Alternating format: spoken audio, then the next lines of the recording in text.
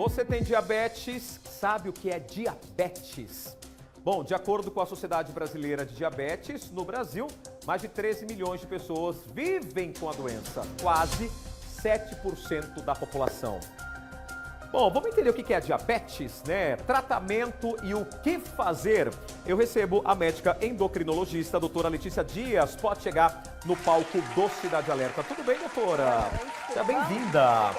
Doutora, antes de eu mostrar essas canetinhas aqui, o que é a diabetes? O diabetes, ele é uma doença que é crônica, né? Aham. Que ele é caracterizado quando o nível de glicose começa a subir no sangue. Então, o açúcar no sangue, ele fica muito alto. Então, açúcar demais, eu posso desencadear, eu posso ter diabetes. A pessoa pode ter uma doença crônica, então tem uma predisposição, ou por uma falta de ter produção de insulina, você pode ter esses níveis que são incorretamente elevados no sangue. Então, a célula não consegue receber a energia adequada, o açúcar fica todo retido no sangue. Agora, pode ser homem, pode ser mulher, pode ser um cara musculoso, pode ser uma pessoa obesa, com sobrepeso. A diabetes acomete mais quem, doutora? Aí a gente depende de qual tipo de diabetes que a gente está falando, né? Existem mais de 10 tipos de diabetes, existe diabetes na gestante, mas os mais... Na gestante? Na gestante também. Mas ela pode desencadear durante a gravidez. Durante a gravidez. Chama diabetes mellitus gestacional. Doutora, e aí, como que eu sei que eu tenho diabetes? Ó, primeiro é recomendado rastreamento para a população, né? É uma doença muito prevalente. Então, quem tem mais de 35 anos, ou se a pessoa tem antes de 35 anos, tem sobrepeso, obesidade, sedentarismo, história na família, ela é recomendado fazer um exame de sangue para diagnosticar o diabetes. Ou, às vezes, o diabetes ele apresenta alguns sintomas que são de alerta para a pessoa também procurar o serviço de saúde. Quais são esses sintomas, doutora? Quando tem sintoma, boca seca, muita sede, a pessoa começa a urinar muito, acorda de madrugada para fazer xixi várias vezes. Doutora, eu acordo todo dia de madrugada pra fazer... doutora, mas o xixi, se eu acordar todo dia de madrugada para urinar, é um sinal. São várias vezes, né? Então você não consegue, você vai desidratando muito, porque o xixi perde açúcar. Então você vai fazendo, acordando várias vezes à noite. Durante o dia você percebe que também está bebendo mais água, indo mais ao banheiro, perdendo peso de forma inexplicada. Doutora, eu sempre ouvi falar, né, que quem come muito doce mesmo, né?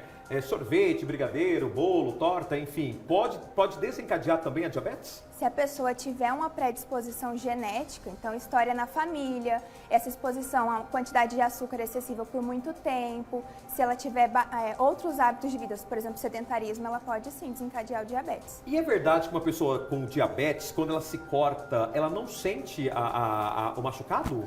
Uma das complicações do diabetes acomete os nervos, a neuropatia, e isso causa a perda da sensibilidade. Então a pessoa pode se machucar e não sentir que se machucou e aquilo infectar com maior facilidade. O açúcar é muito alto, ele dificulta também a cicatrização, então pode predispor até a questão de amputação, complicações a longo prazo. Amputação, doutora? Bom, a senhora trouxe aqui algumas canetinhas. O que são essas ferramentas, doutora? Essas são canetas de insulina e a seringa de insulina. Né? A gente tem alguns tipos de diabetes tipo 1, que é aquele diabetes que não produz nada de insulina, o paciente precisa usar o tratamento com a insulina.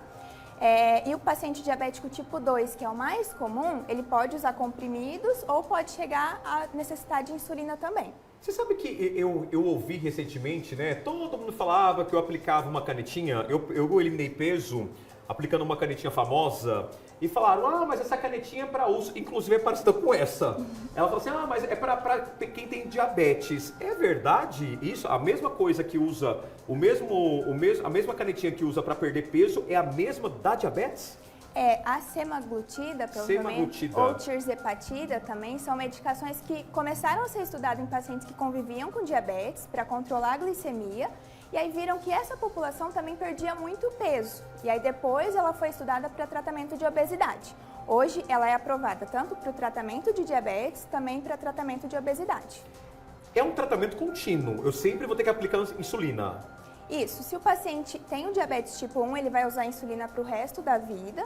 E se ele tem um diabetes tipo 2 e necessita da insulina, ele pode precisar por um certo tempo, mas pode ser para o resto da vida também. O importante é controlar a glicemia para evitar as complicações. Essa canetinha aqui eu conheço bem, né? Essa canetinha é o que, doutora?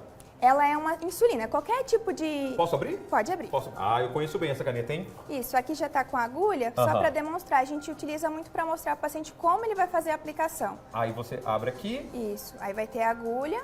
E essa caneta, assim, pode ser de insulina. Existe NPH, Glargina, Degludec, Lispro, Asparte. Então, existem vários tipos de insulina. Agora, doutora, é o seguinte. Daqui da insulina, caiu a tua ferramentinha aqui. Depois a gente pega. Daí, essa mesma canetinha também. É um outro tipo, uma outra marca de insulina também. Agora, a pessoa diabética, ela tem a prescrição médica ou ela pode chegar na farmácia e comprar sem receita? O ideal é que o paciente tenha prescrição, porque cada paciente vai utilizar uma dose de insulina, um horário de aplicação dessa insulina e tem que receber as orientações. Se a pessoa, depois que ela começa a tratar o diabetes, né, ela não pode de maneira nenhuma comer açúcar? Não existe isso de proibição, né? A gente vai recomendar uma dieta saudável, vai comer com moderação e evitar esses alimentos industrializados, ultraprocessados, muito açúcar, muito doce. Isso seria recomendado para a população em geral, mas um paciente com diabetes, ele precisa seguir mais rigorosamente uma dieta saudável. Doutora, essa aqui eu também conheço. Essa aqui é o que, doutora? Essa é a seringa. A seringa. Geralmente, quando a gente faz a aplicação com a seringa, a gente aspira a seringa, né, e injeta no paciente.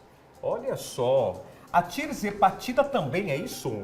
A tirzepatida não é uma insulina. Ela é um análogo duplo.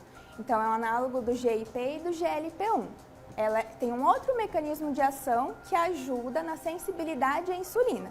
Então, a insulina é o hormônio que falta no diabetes, mas essas medicações, elas ajudam a insulina a conseguir trabalhar um pouquinho melhor. Isso aqui eu achei interessante, porque eu já vi na casa de muita gente, né, quando eu vou gravar o Rodrigo na sua casa, que o pessoal tem esse aparelhinho. O que é esse aparelhinho de diabetes? Esse aparelhinho, ele é um sensor intersticial. Então, o paciente coloca no braço e ele consegue visualizar a glicemia 24 horas por dia. Ah, igual que a gente está vendo. Isso, igual esse que está vendo. Ele é uma opção de monitorização, porque todo paciente que usa insulina, a gente precisa ver como que está ficando a glicemia dele para poder ajustar. E o que é uma glicemia boa? Ou não tem boa, né? Porque já tá doente, né? A gente varia conforme o paciente, o tempo de diabetes, qual a idade dele, se tem algum outro risco, né? Isso individualizado, por isso é importante ter o acompanhamento médico.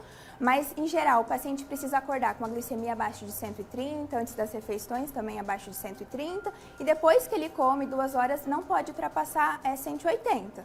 Mas evitando também as hipoglicemias, que é quando cai muito o diabetes e aí a pessoa começa a ter sintomas de mal-estar e pode ser uma complicação fatal. Doutora, a pessoa que é diabética, né? Ela não pode comer bolo, ela não pode comer um salame, ela não pode comer uma mortadela, uma cervejinha, não pode nada? Não é que ela não pode. Ela pode, mas o ideal é que também com acompanhamento nutricionista tem estratégias para comer. Então, esses alimentos, quando a gente ingere, eles fazem um pico de glicemia. Então, sobe muito rápido. Quando isso acontece, você tem um descontrole muito importante, alterações no corpo. Então, se você tem estratégias de ingerir com proteínas, ingerir numa quantidade controlada, não ser uma frequência constante, o paciente ele pode consumir esse tipo de alimento.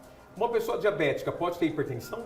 Pode. Pode, doutora? Inclusive, Meu Deus, doutora, pode ter hipertensão? Pode. É muito comum a associação. Então, pacientes que têm diabetes, eles já têm doença cardiovascular aumentada, risco de ter alguma doença, infarto, AVC. Se o paciente tem hipertensão, ele precisa ter os níveis pressóricos bem controlados quando tem diabetes. Caraca, a senhora, né? Você que é nova, né? Vou chamar de você, doutora Letícia Dias. Qual é a orientação, então, que você passa para o nosso público para manter uma vida saudável e não ter diabetes, ou quem tem diabetes, controlar a doença? O mais importante é a gente manter os hábitos de vida saudáveis, então controlar a alimentação, evitar alimentos ultraprocessados, embalagens, ter uma dieta rica em fibras, proteínas. Também é importante a gente fazer atividade física regularmente e sempre estar consultando com o médico para atualizar os exames. Eu procuro um endócrino, um endocrinologista. O endocrinologista é o especialista em diabetes. Ou nutrólogo. O nutrólogo ele vai conseguir ajudar nesse processo de alimentação também, mas o endocrinologista que é especialista nessa parte hormonal. Olha só. Doutora, obrigado. Você me deixou bem preocupado. Você mija à noite também, Pato? Não, de madrugada. Não? Nada? O xixi muito amarelo é um alerta? Não, isso é alerta de baixa ingesta de água, mas a questão da formiga ao redor do vaso, no xixi pode acontecer. Vou ficar de olho, hein, doutora? Vou ficar de olho, hein? Doutora Letícia Dias, prazer em conhecê-la. Volte mais vezes, tá bom? Obrigada. Volte mais vezes. Viu só, pessoal?